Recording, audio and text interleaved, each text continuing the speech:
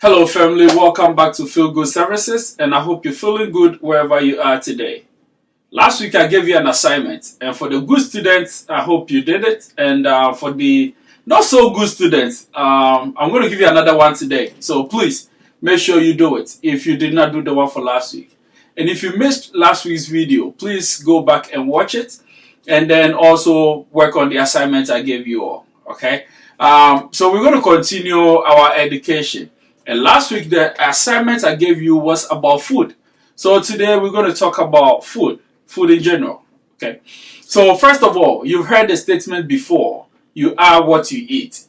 I want to go a step further and say that you are what you digest. What you eat is very important, but what you digest or how you digest it is also extremely important. With our busy lifestyle and our busy schedules, we're always on the go. And certain things has become a norm, which is very unhealthy for us. One is anytime we go to the restaurant or anytime we're having a meal, we want to have some drinks with it. That does not help with digestion. I remember very well growing up as an Adventist, we were always taught about temperance. And we were always told not to eat with drinks. And one friend of mine said that what it means is if they ever had food which had a high risk of choking you, they would understand the importance of eating with drinks. But I also want to ask, do you understand or do you also know the disadvantages of eating with drinks? Because what happens is it doesn't help with digestion. It doesn't break the food down quicker, because it all gets mixed up. So now you're putting more stress on the intestines, you're putting more stress on the organs that are supposed to work on your digestion after eating. And in doing so, anything at all that is overworked over a period of time loses its value or its life expectancy over a period of time. Alright, so once again, anything at all that is overworked over a period of time loses its life expectancy over a period of that time.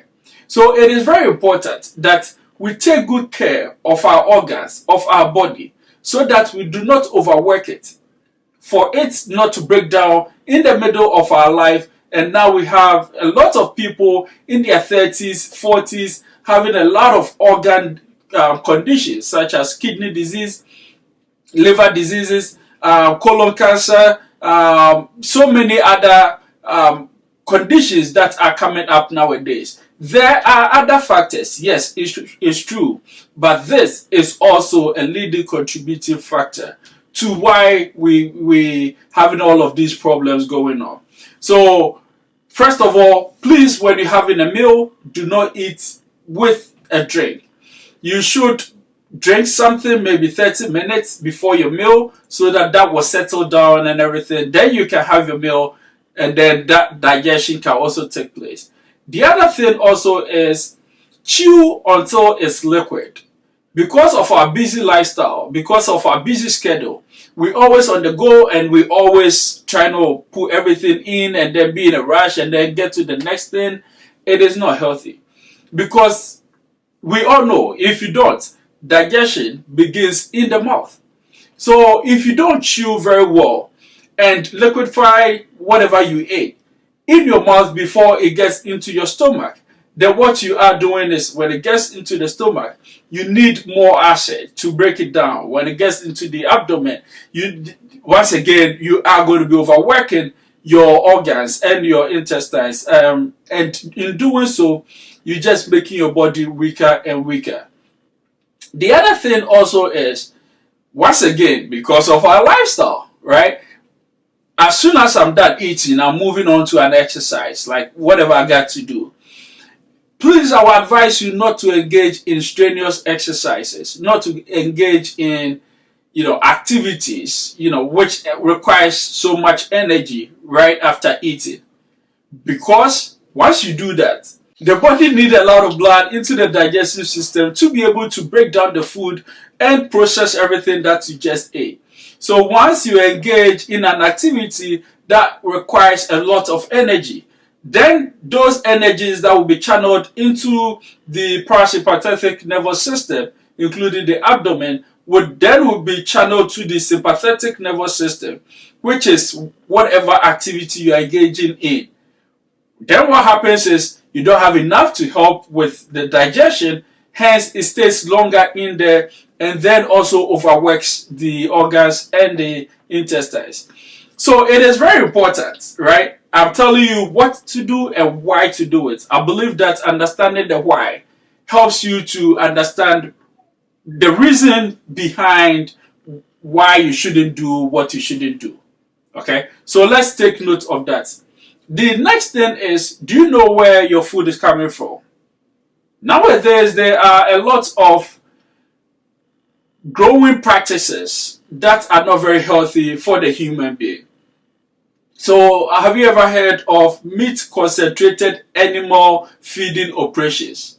What that means is they put a lot of animals into a small cage and they feed them certain things, certain hormones that are not good for human consumption, just for the animals to grow quicker and faster for sales, right? So the goal for the operation is for sales and not for your health. So do you know where your food is coming from? There are a lot of times, even with vegetables and fruits, that we are highly encouraged to eat. Yet the practices by which they grow them is very sometimes not healthy for us. So once again, do you know where your food is coming from? Because of our busy lifestyle and our busy schedule, we tend to engage in eating fast food. In some places, especially in Ghana now, the rate of increase in fast food or processed food is becoming very alarming. In the developed world, yes, it's always been a case. And that is why obesity, diabetes, hypertension, and some other conditions are more in the developed countries than the developing countries. Nowadays, our lifestyle is becoming more of the developed countries. Hence, we don't exercise as much. Therefore, eating all of these and not exercising as much just leads to more sedentary lifestyle and also more cardiovascular diseases, diabetes, and the rest. So, do you know where your food is coming from? Dairy products, meats and stuff also are given hormones to be able for them to produce quicker. And then when it comes to the dairy synthetic hormones, right, that is also something that are given to the cows for them to be able to produce milk quicker. All these are things that are not good for us. So my question again, do you know where your food is coming from? The best thing will be able to grow what you want to eat. But I do also understand that it's not always practicable. It's not always the case. We cannot always grow what we have to eat. So grow what you can to eat. All right, that is one. Two, please make a trip to the farms. If you live maybe a few hours from a village or a few hours from a farming community, it is safer for you to make those trips to the farming communities and then get your produce to eat.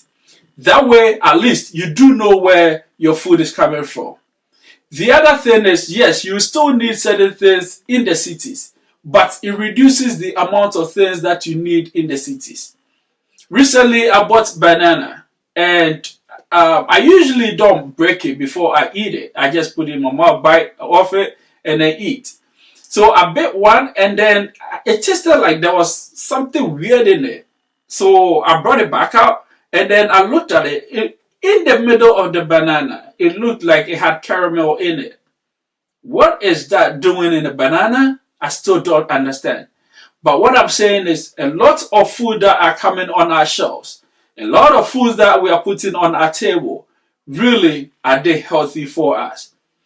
We are supposed to eat to gain health and energy, not to make us sick. But unfortunately, a lot of things that are going on are making us sicker. So I'm just bringing this to your attention so that you be more aware of what you get to eat and then what you also put in your body. Then the final thing is, please eat in season. So what I mean by that is, look at produce or foodstuff that are in season. And I don't want to list specific ones per seasons, because I know our viewers are across the world. So what might be in season in the United States might be out of season in Germany.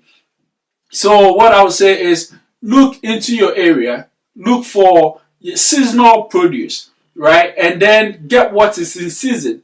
Because imagine if a peak period for a produce is in spring and you're getting it in fall, fall or winter, then what is happening is, since the peak time was spring, we had summer, we now have fall, and then winter before you get in it. So it's definitely way out of season.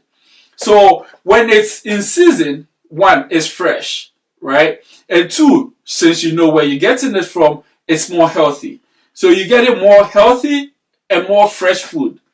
So please always make sure that you're getting what is in season. Mango might be your favorite fruit, but if it's not in season, you might not be getting the right one. I hope that makes sense. All right, so that is the answer to last week's question. And I want to give you another assignment. We'll come back, maybe not next week, but we'll come back and talk about it. Your diet and mental health. I want you to look into that one also, and we'll come back and talk about that. Until then, thank you very much for joining us. Please subscribe to the channel and share this information with your friends and family. And please just click the like button. That way I know you like the video that I put out. And also comment with your thoughts. Any experience that you have with food in general, or any video at all that we do, any experience, any thoughts you want to share, please put it in the comment section. It doesn't take much. Thank you very much for watching. This video was brought to you by Happy Glow GH.